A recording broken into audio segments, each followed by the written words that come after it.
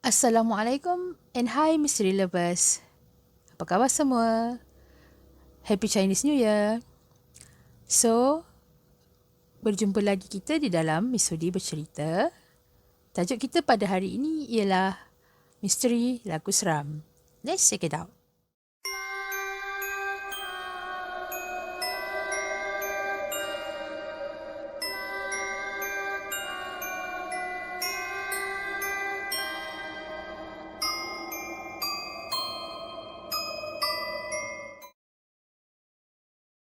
So, sebelum aku mula cerita tentang lagu seram ni, aku nak bagi amaran siap-siap lah. Kalau ada yang nak try dengar lagu ni, aku nasihatkan kalau boleh dengar lagu ni waktu siang, waktu orang ramai. Sebabnya banyak yang aku baca, ramai yang terkena gangguan bila diorang cuba-cuba untuk beranikan diri dengar lagu ni seorang-seorang, tak pun dengar waktu malam. Okay. So, lagu, kan semua orang suka dengar lagu kan. Ada macam-macam cita rasa. Ada orang suka lagu pop, ada orang suka lagu balada, ada orang suka lagu rock kan. So, pembuatan lagu ni kadang-kadang inspirasi daripada satu pengalaman kan, untuk meluahkan apa-apa yang kita pendam dalam hati. Kadang-kadang terluah dan melalui lagu. Jadinya lagu ni yang aku nak cerita hari ni, dia daripada seorang penyanyi yang agak popular pada zaman 90-an macam tu. Kalau kau kenal kan, lagu dia selalu juga keluar radio kat Malaysia ni. Nyanyi Indonesia, nama Alda Risma. Lagu dia Aku Tak Biasa. Memang agak terkenal juga aku rasa.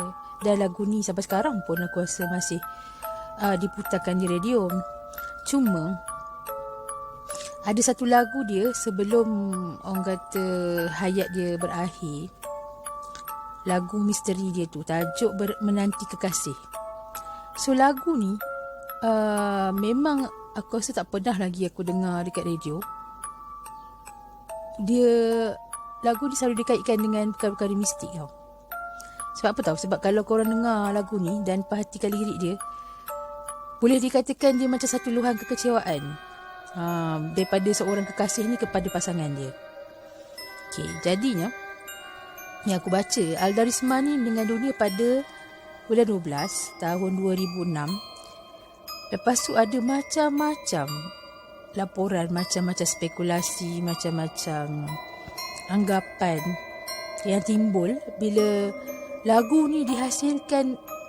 Dan kebetulan lagu ni keluar selepas polis jumpa mayat dia dalam waktu 3 hari. Selepas 3 hari polis jumpa mayat dia, lagu ni pun keluar.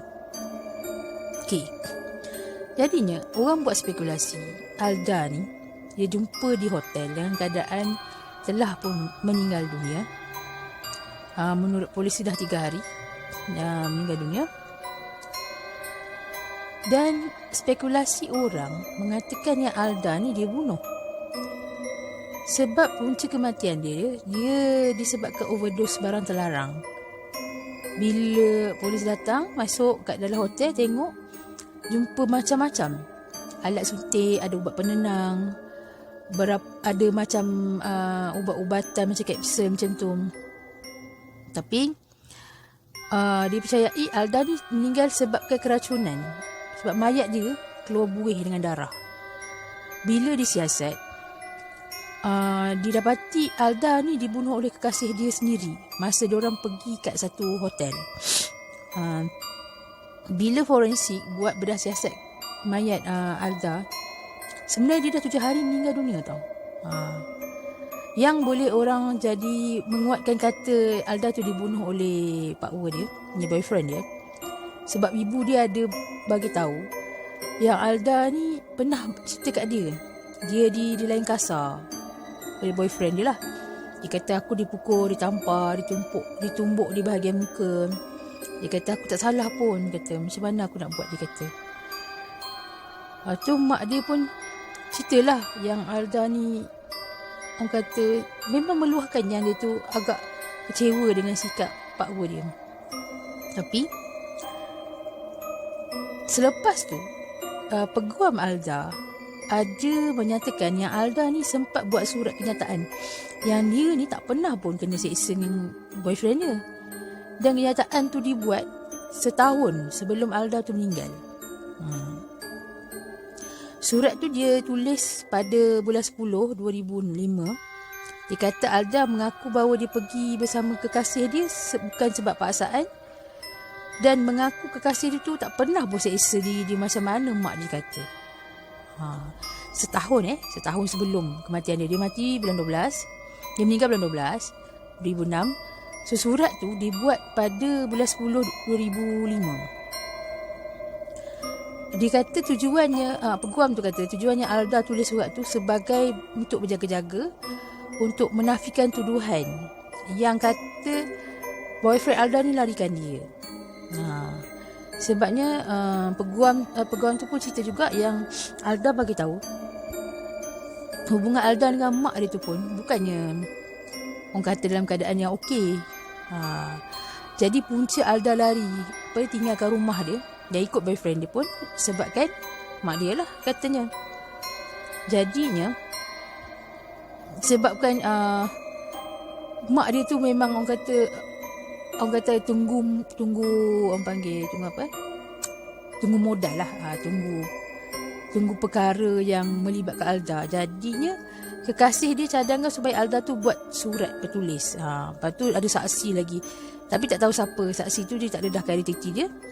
Yang Alda ni bukanlah dipaksa, bukanlah dipukul ke apa ke, kat situ. Itu pun menjadi satu misteri juga. Kenapa macam dah prepare je buat surat tu kan. Okey. Lepas tu peguam tu bercakap juga. Dia kata yang Alda ni ada tabiat tau dengan boyfriend dia ni. Diorang suka cucuk ubat tidur satu sama lain, dia kata. Dan sebab itulah Alda meninggal tu kerana overdose. Bukan sebabnya boyfriend nak bunuh dia.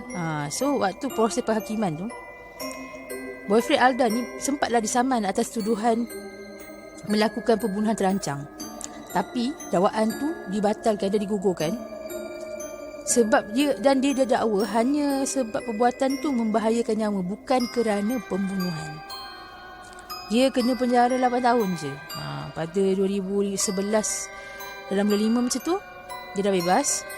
Lepas tu dia dapat pengampunan selama 19 bulan lah dari masa penahanan tu. Dan dia ada komen lah sebabkan kematian Alda tu. Dia kata mungkin dah tak adil, dia kata gitu kan. Okay. So cerita kat situ, cerita pasal kekasih Alda yang dituduh membunuh Alda tu habis kat situ je. Okay. Dan kita balik pada cerita lagu tu. Ada yang cakap masa lagu ni dirakam, Alda tu dalam keadaan sedih dan kecewa sebab katanya boyfriend dia tu curang. Dan masa dekat hotel tu diorang dah bergaduh kat situ. Dan orang tanya pada pengurus Alda sendiri, macam mana lagu tu boleh datang, dari mana datangnya. Sebab penulis dengan komposer pun tak diketahui orang sebenarnya. Tapi pengurus Alda kata dia memang tak tahu mana datangnya lagu tu, dia cakap.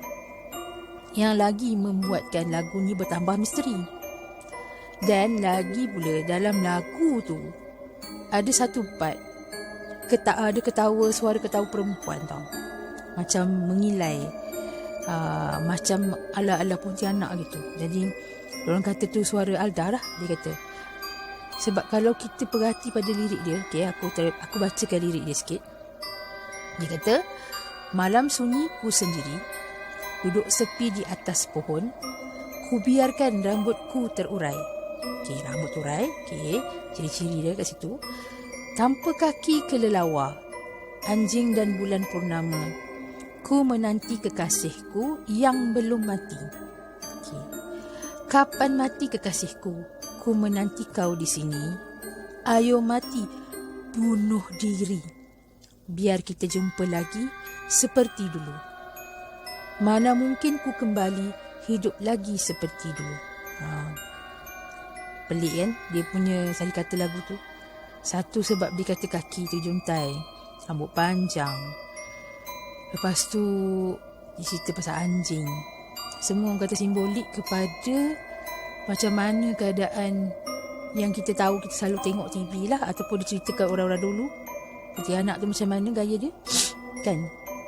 Kita Malaysia kita panggil pontianak, sana diorang panggil kuntilanak lah kan. Jadinya, dan dia ada part yang dia tanya bila kekasih dia tu nak mati, jom bunuh diri. Situ orang macam, kenapa sampai macam tu sekali orang kata komposer lagu ni buat lagu ni. Sebab memang orang tak tahu siapa yang buat lagu ni, siapa yang rakamkan lagu ni, dan Alda tu rakam dengan siapa dan di mana. Pengurus dia memang tak tahu. Lagu ni sampai tahap seram, sampai dia diharamkan masuk mana-mana saluran radio. Dan aku terbaca ada satu perempuan ni, satu wanita ni, wanita perempuan orang Malaysia lah. Dia ceritakan dia punya pengalaman dia dengan lagu ni, sebab dia tak pernah dengar lagu ni.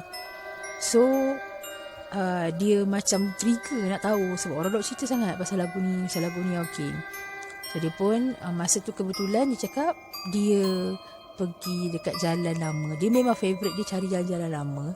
Dia pergi dengan adik dia. Masa tu diorang naik kereta. Diorang naik kereta. Adik dia pasang lagu tu. Lalu jalan yang sunyi, jalan yang tak ada kereta, malam pukul 12. Situlah dia kata kesilapan dekat situ, sebab dia macam ambil remeh benda tu. Jadinya diorang pasang lagu tu, pasang berulang-ulang. Dia kata dia ada rasa macam meremang bulu rumah juga, tapi dia kata biasa, tak ada apa kot. Dalam kereta tu dia dengan adik dia perempuan, lepas tu adik lelaki dia dengan kawan adik dia lelaki. So ada 2 lelaki 2 perempuan lah, 2 perempuan kat situ. Dia pula tak boleh solat masa tu. Tambahlah lagi. Tiba-tiba masa dalam perjalanan tu adik dia nak pergi buang air. Diorang pun berhenti. Sebab dia dah tak tahan. Mula-mula dia tak bagi dah adik dia berhenti. Dia kata tahanlah sikit lagi, kita dah nak sampai jalan besar kan. Dia kata memang dia tak tahan. Dia kata so diorang dalam perjalanan tu, sebab kawan adik itu biasa lalu jalan tu, diorang ada terjumpa satu tempat ni, memang ada tandas awam, tapi tak berapa dibela sangat lah tandas tu. Boleh guna, lampu pun ada, cuma kata pintu dia dan kebersihan tu tak berapa sangat lah. Buat adik dia tak tahan sangat. Adik dia tak tahan, dia nak keluar, adik dia ajak teman. Dia malah nak keluar, dia nak duduk jalan kereta. Sebab dia rasa sedap hati kan. Tapi sebab adik dia ajak dia keluar juga, dia pun keluar lah daripada kereta tu. Dia keluar dari kereta tu, dia rasa macam ada sama perhatikan dia. Tapi dia biarkan je lah, mungkin orang kata perasaan dia kan. Dia keluar, dia teman adik dia masuk tandas. Masa tu dah ada benda yang macam start kacau dia. Dia rasa macam ada benda tiup kat telinga dia. Tapi dia biarlah, dia fikir angin. Denial lagi, belum ada apa-apa lagi. Tiba-tiba dia dengar bunyi tapak kaki. So dia pun panggil lah nama adik dia. Dia ingat adik dia yang lelaki seorang lagi tu nak datang, teman ke apa kan. Masa dia panggil tu, tengok adik perempuan dia dah keluar. Adik perempuan dia tanyalah, "Kak, kau cakap dengan siapa kak?" Lepas tu tak ada respon pun. Bila dia panggil bunyi tapak kaki tu, dia panggil, tak ada respon. Tapi adik dia tanya, "Kau cakap dengan siapa?" So dia pun bagi tahu lah tak ada siapa. Dia ingatkan ada adik dia lelaki datang kan. So diorang pun pergi kat kereta. Sampai nak kat kereta tu, yang ni yang kemuncaknya. Sampai kat kereta tu, adik perempuan dia dah masuk dulu. Dia nak masuk dalam kereta, tiba-tiba baju dia ditarik ke belakang. Dia memang tercampak ke belakang sampai dia pingsan. So dia tak sedar, adik dia angkat dia masuk dalam kereta. Masa tu diorang dah jalan dah. Takkan nak tunggu kat situ kan. Diorang dah jalan dalam kereta tu. Bila dia sedar, adik dia beritahu dia memang nyanyi lagu tu. Lagu Menanti Kekasih tu kali-kali. Berkali-kali nyanyi. Lepas tu kejap-kejap dia ketawa, kejap dia nangis. Kejap dia ketawa, kejap dia menangis. Memang orang dah panik lah dalam tu kan. Sebab lastnya dia dah kena rasuk. Sebab ada seorang ni macam berani sikit. Dia marah, dia kata, "Kau nak apa lah kasi kawan aku keluar pada badan kawan aku ni?" Tiba-tiba dia yang kena rasuk ni, suara dah bertukar lain. Dia cakap apa? "Aku nak dia mati macam mana aku mati." Lepas tu memang dia dah start mengilai-ngilai dah. Oh, ketawa. Memang adik-adik, kawan adik dia dengan adik dia merah takut gila. Diorang pecut lah kereta selaju-laju-lajunya. Dan sampai dekat jalan raya, jalan besar. Lepas tu dia punya orang kata kesan kena rasuk tu macam makin kurang tau. Dan dalam masa yang sama, adik perempuan dia buka lah YouTube, baca Yasin kan. Lagilah bila dah berlawan macam tu, lagilah. Sampai ke jalan besar, diorang pun dah tengok dia macam makin okey. Teruskan perjalanan sampai balik rumah kan. Dan diorang pun beringat lah, lepas tu jangan, orang kata, kita ni bukannya kita kena takut sangat dengan benda ni tau. Cuma kita jangan lupa benda tu tetap ada sebenarnya. Benda-benda gaib ni tak ada. Kadang-kadang kita yang suka orang kata macam panggil kan. Kita macam panggil dia dengan cara macam mana, tengoklah. Macam contohnya tengok cerita seram malam-malam ke, dengar lagu macam ni ke kan. Lagu yang orang kata ada haunted ni. So siapa yang nak try lah, korang macam orang kata nak tahu sangat, kau macam curious nak tahu lagu apa yang aku cerita ni, aku nasihatkan korang dengar lagu ni. Biar dalam keadaan yang bukan sunyi, biar berteman, dan bukan pada waktu malam. Okay, so tamat cerita kali ini. Aku harap korang semua enjoy cuti raya Cina ni. Jaga diri, jaga kesihatan. Berjumpa kita di lain kali. Ciao. Assalamualaikum.